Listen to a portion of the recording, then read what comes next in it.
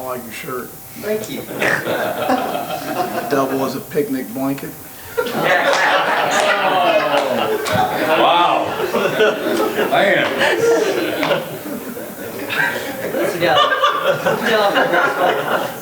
I actually do have a pretty good sense of humor. Regardless of what you may hear. What's up? What did you see when you looked at the video from yesterday? You know, just first play, you know, disappointed, you know, caught us in a 3 deep and we got to stay with the over route. Didn't stay with the over route. Disappointed to give up that explosive play to start the game, obviously. You know, just got sloppy there at the end. You know, was very disappointed with that. And, you know, never, you know, pleased with giving up that many yards. But, you know, I thought the turnovers were great. Scoring on defense was great. You know, really proud of that. But we just got to clean some things up. You know. Well, talk about the challenge of dealing with Derrick Henry and. He's a really good football player. He's an elite back. He runs the ball extremely hard. He's going to make you tackle him. They're going to force your secondary to make tackles in the game. We got to be able to tackle well in the game. We got to be able to gang tackle him. He's an elite player. He's an elite talent, and we certainly got our work cut out for us. They do a great job in the run game of scheming you up and making you tackle on the perimeter and making guys that aren't usually tackling a back of that size. You got to be able to tackle the guy in the open field. So we got our work cut out for us. Jay Coker's playing really well for him. That's been the key of them moving forward. Ridley's been outstanding. Stewart's been outstanding as two explosive playmakers on the perimeter. O.J. Howard's a mismatch issue for us. So we've got to be able to handle him in the coverage. So they've done a nice job.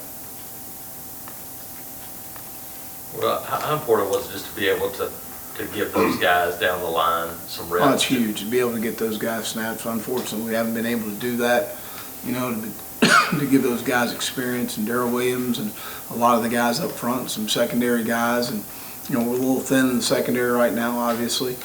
Steven had to go out and play corner. He hadn't done that all year for us. So, but again, those last, you know, that last quarter really, to be able to get those guys and in those situations and play and get those meaningful snaps in front of our crowds is very important. It's critical. Is it worth it even when it means it doesn't? It kind of gets, as you said, sloppy at the end. Yeah, it's totally worth it. You know, you got to go play well. We got our opportunities to get off the field. We don't get off the field, so I'm extremely disappointed with that. But, you know, we need to move forward.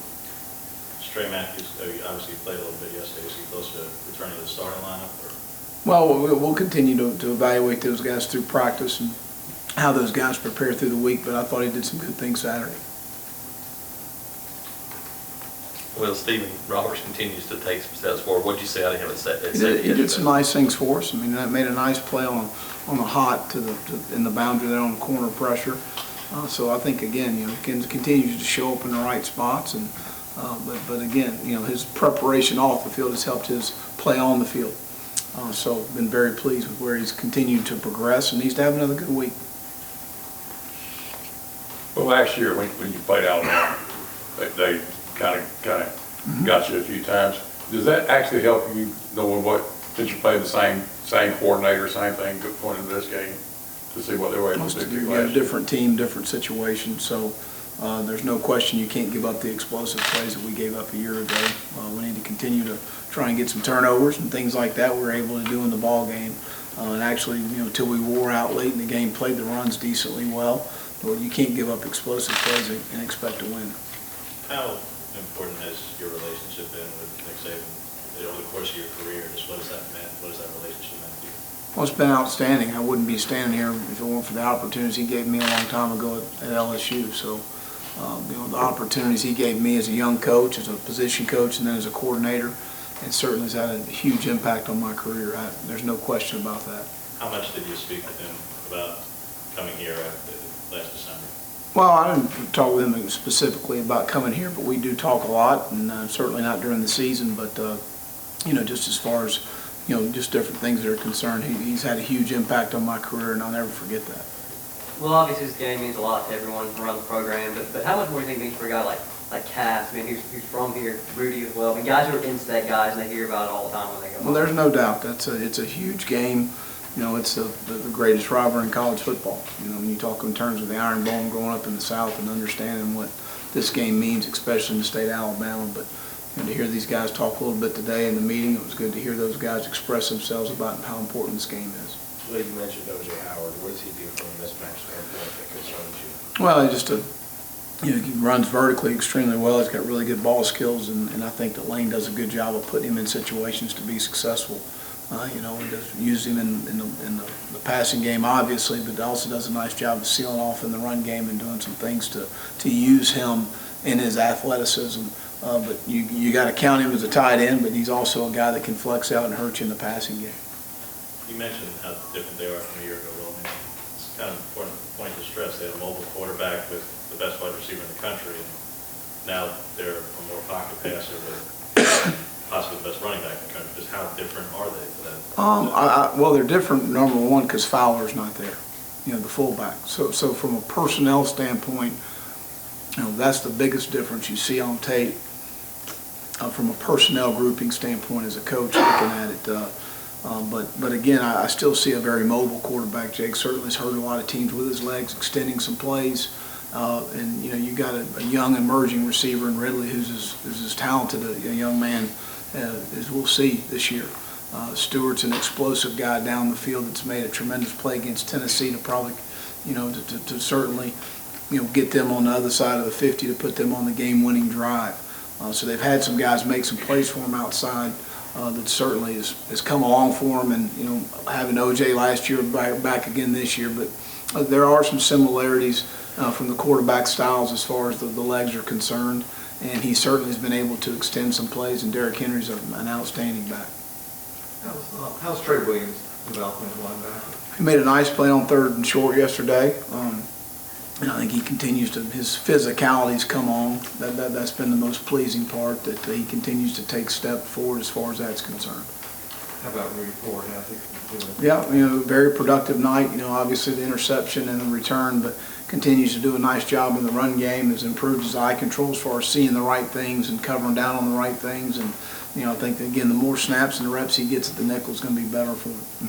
How different have things been with Carl back these last few games? Because while his production may not be an indicator of it, just obviously the sacks from everybody else has picked up, so just how much of a difference has it been? Well, I think it's multiple things.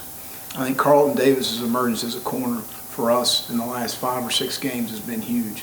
I think the ability of Carlton to play corner and moving Blake Countess to safety. We have not, till Blake was playing safety, have not gotten the production we need at the safety position. Blake's been a very productive player for us at the safety position. Rudy's been a much better player at nickel as opposed to safety. Jonathan Jones continues to do a nice job at the corner position.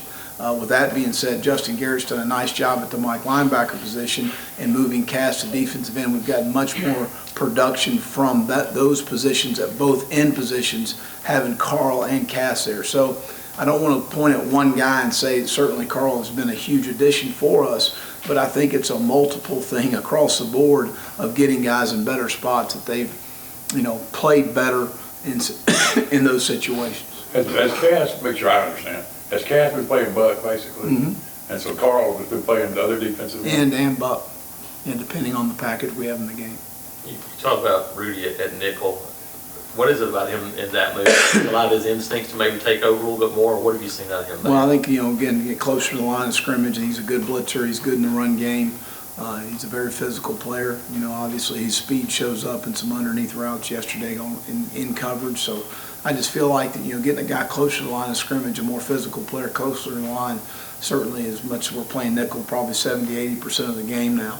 So in the last couple of weeks, really probably up and upwards of 90% of the game. So just been very productive for us.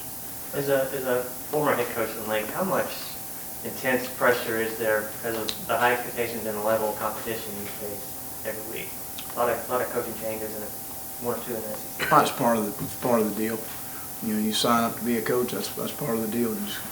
You want to be at a place where there are high expectations. You mean you got a chance to win a championship. Along those lines, Will, your contract is structured as it is, where you could leave here in 2 weeks rather easily. You mentioned that you want to be here for the long haul and speak recruiting. Can you speak to the future beyond this week? Well, I can't speak on recruiting specifically, but I think it's going very well. And my total focus is on the Iron Bowl. We got a big game Saturday. But if your name comes up after this this game for anything that may arise? My or no representative of Will Muschamp have been contacted about any job, I can assure you of that. Well, when you went back and looked at the play that Deshaun got ejected on, did he do anything wrong? Well, yeah, I mean, I think that there's by letter of the law, there was, the crown of the helmet, that's targeting. And so when you lower the crown of the helmet, it's going to get called, and I thought it was a correct call. What would an upset over Alabama on Saturday mean for the coaches and the players and just the way the season is going to progress? Well, it's a huge game. It's a rivalry game. It means so much to Auburn and to our people. So again, we just need to prepare the right way, prepare our players to play well in the game, and that's what it's going to take. We just really need to focus on Auburn and what we need to do to be successful.